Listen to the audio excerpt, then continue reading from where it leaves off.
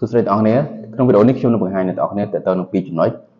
ទី1គឺរបៀបលាក់ជួរដេកនិងជួរឈរទី2គឺការបង្ហាញជួរដេកជួរឈរឡើងវិញតើយើងត្រូវចូលធ្វើយ៉ាងម៉េចដើម្បីអាចលាក់និងបង្ហាញឡើងវិញបានក្នុងកម្មវិធី Microsoft Excel តោះឥឡូវចូលទៅសិក្សាទាំងអស់គ្នាកុំឲ្យខាត់ពេលយូរ Let's go ដោយដែលអ្នកទាំងអស់គ្នាបានឃើញឧទាហរណ៍នេះស្រាប់បាទហើយមុននឹងយើងចូលទៅលាក់ជួរដេកឬជួរឈរខ្ញុំសូមបញ្យល់តើទៅនឹងក្បាលខាងលើ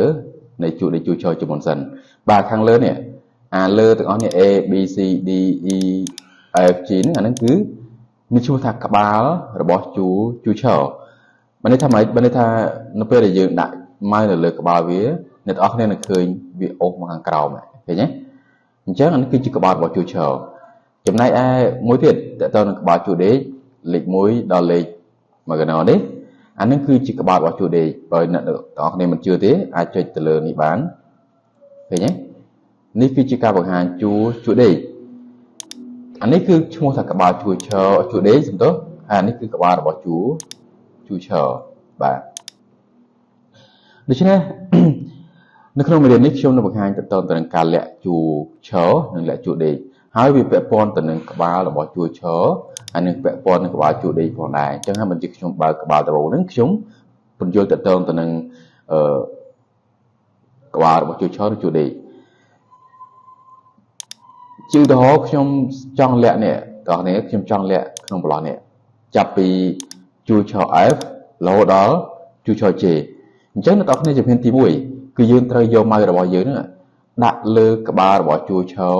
ជាមុនសិនដាក់ចាប់ពី F ទៅព្រោះខ្ញុំចង់លាក់ចាប់ពីអក្សរ F រហូតដល់អក្សរ J ស្រេចអញ្ចឹងមកណាអុសលើក្បាលហ្នឹងមកហាមអុសខាងក្រោមចំណាំណាហាមអុសខាងក្រោមគឺយើងចង់លាក់ពីតាណាដល់តាណាគឺយើងស្លេចលើក្បាលរបស់វាបន្ទាប់មកយើងចុចមកស្ដាំហើយយកពាក្យថា Hi ឃើញទេឃើញវាលាក់បាទយើងលាក់ចាប់ពីចន្លោះនេះ E ដល់អក្សរ K តែពិតមាន E F G H I J K មែនទេអញ្ចឹងខ្ញុំលាក់តំណែងលាក់បាត់ហើយបាទមួយទៀតខ្ញុំចង់លាក់ជួរដេកមិនខ្ញុំលាក់ជួរឈរឥឡូវខ្ញុំលាក់ជួរដេកម្ដង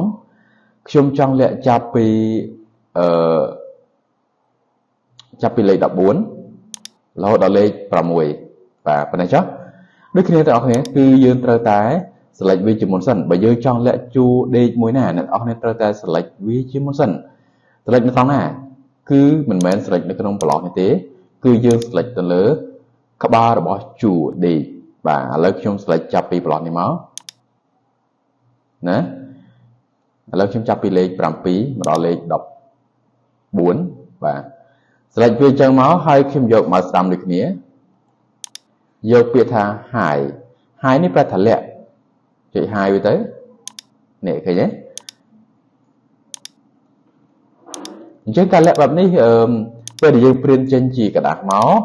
ក៏វានៅតែមិនឃើញកន្លែងនេះដូចគ្នាទាំងអស់នេះគឺនៅតែមិនឃើញយើងឃើញតែប៉ុណ្ណាដែលយើងបានបង្ហាញនេះទេចំណែកកន្លែងលាក់នេះគឺនៅតែមិនឃើញដដែលហើយចំពោះការបង្ហាញឡើងវិញអ្នកទាំងអស់គ្នាបើសិនជាចង់បង្ហាញឡើងវិញគឺវិធីធ្វើក្នុងការបង្ហាញឡើងវិញយើងត្រូវចុចទៅលើនេះចាប់ពីអក្សរ E រហូតដល់អក្សរ K select វាប៉ុណ្ណឹងមកធ្វើយ៉ាងណាក៏ដោយឲ្យអក្សររបស់យើងជួរឈររបស់យើងគឺឲ្យអូសកាត់លើចន្លោះដែលយើងបានលាក់មិញហ្នឹងបាទបន្ទាប់មកយើងចុចមកស្ដាំយកពាក្យថា Unhide ពេលនោះវានឹងបង្ហាញអ្វីដែលយើងលាក់មកឲ្យដូចដើរវិញ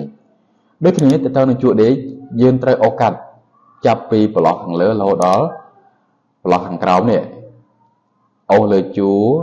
រដេកលើក្បាលជួរដេកអូសយ៉ាងណាក៏ដោយឲ្យកាត់កន្លែងយើងលាក់មិញណាអូសឲ្យកាត់កន្លែងលាក់នេះហើយចុចមកស្ដាំដូចគ្នាយកពាក្យថា Unhide ពេលនោះវានឹងបង្ហាញអ្វីដែលយើងលាក់មិញហ្នឹងវានឹងបង្ហាញមកវិញទាំងអស់បាទនេះគឺជាការលាក់ជួរដេកនិងការបង្ហាញជួរដេកលាក់ជួរឈរបង្ហាញជួរឈរអូខេអញ្ចឹងវីដេអូនេះមានតែប៉ុណ្ណឹងជួបគ្នាមេរៀនក្រោយ